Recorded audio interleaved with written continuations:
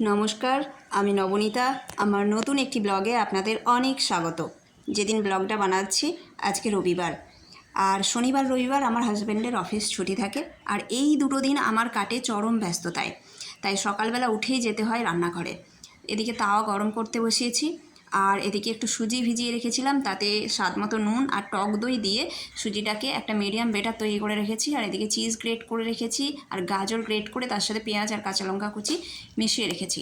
তাওয়ায় একটু oil brush করে তাতে এইভাবে বেটারটা দিয়ে ওপর থেকে ভেজিটেবলসগুলো দিয়ে উল্টে পাল্টে ভালো করে ভেজে নেব। তারপর নামানোর আগে চিজটা দিয়ে দেবো। চিজটা মেল্ট হয়ে গেলে নামিয়ে নেব। এটা সস দিয়ে আমার ছেলেকে দেবো, আমরাও খাবো। আমার ছেলে এটা খেতে খুব ভালোবাসে। আর আমার ছেলে এদিকে সুযোগ পেলেই এইভাবে ফ্রিজ খুলে বাটার চুরি করে খায়, আর ধরা পড়ে গেলে এইরকম একটা মুখের এক্সপ্রেশন দেয়। ও বাটার খেতে খুব ভালোবাসে।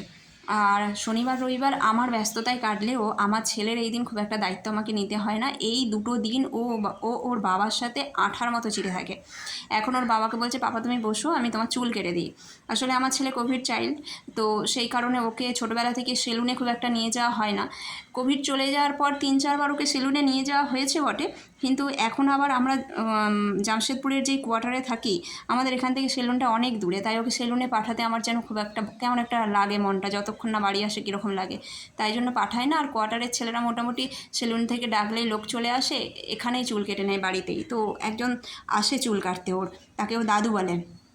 তো ওর যখন চুল কাটতে আসে, এই গামছাটা ওর গায়ে দিই যাতে গায়ে না চুল পড়ে, সেই গামছাটা ওর পাপার গায়ে দিয়ে দিয়েছে, আর চুলটা ও চুল শেভ করে দিচ্ছে এখন আর কি।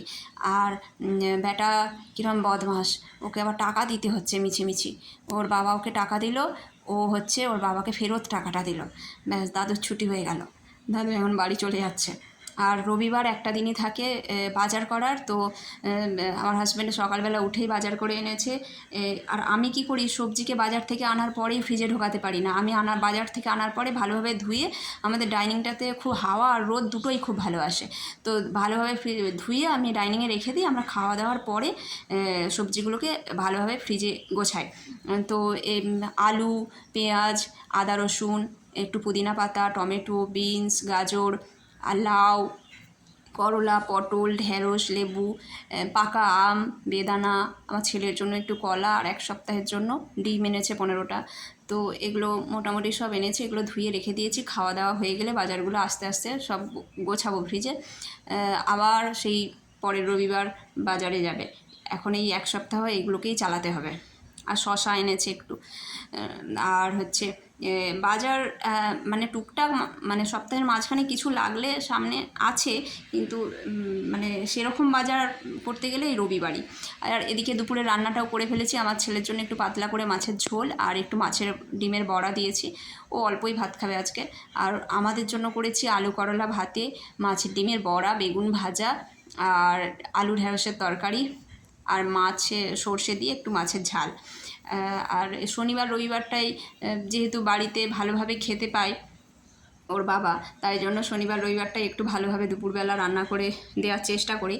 আর খাওয়ার সময় আমটা কাটতে ভুলে গেছিলাম, তাই খাওয়ার পরে আম কাটতে বসেছি।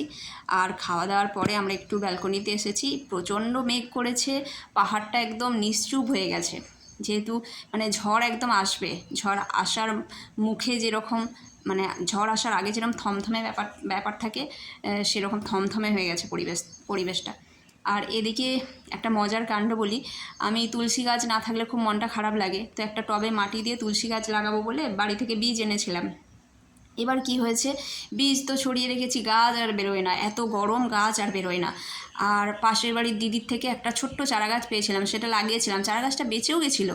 আমার ছেলে কিছু নিশ্চয়ই নাড়ানাড়ি করেছে, 1 সপ্তাহ 15 দিন পরে দেখছি ছোটো ছোটো পাতাও গজিয়েছে, চারা গাছটা আবার নতুন পাতা গজিয়েছে। তারপরে দেখছি গাছটা শুকিয়ে গেল, কিছু একটা করেছে আমার ছেলে, গাছটা শুকিয়ে গেছে। তারপরে দেখছি রোজ জল দিতেই থাকি, মনটা খুব খারাপ লাগে, তবুও টবে জল দিতে থাকি, দিতে দিতে দেখছি এত চারা গাছ বেরিয়েছে, মনটা একদম খুশিতে ভরে গেছে চারা গাছগুলো দেখে। তো এখন আমার কাছে অনেক তুলসী চারা হয়ে গেছে, রোজ জল দিতে থাকি।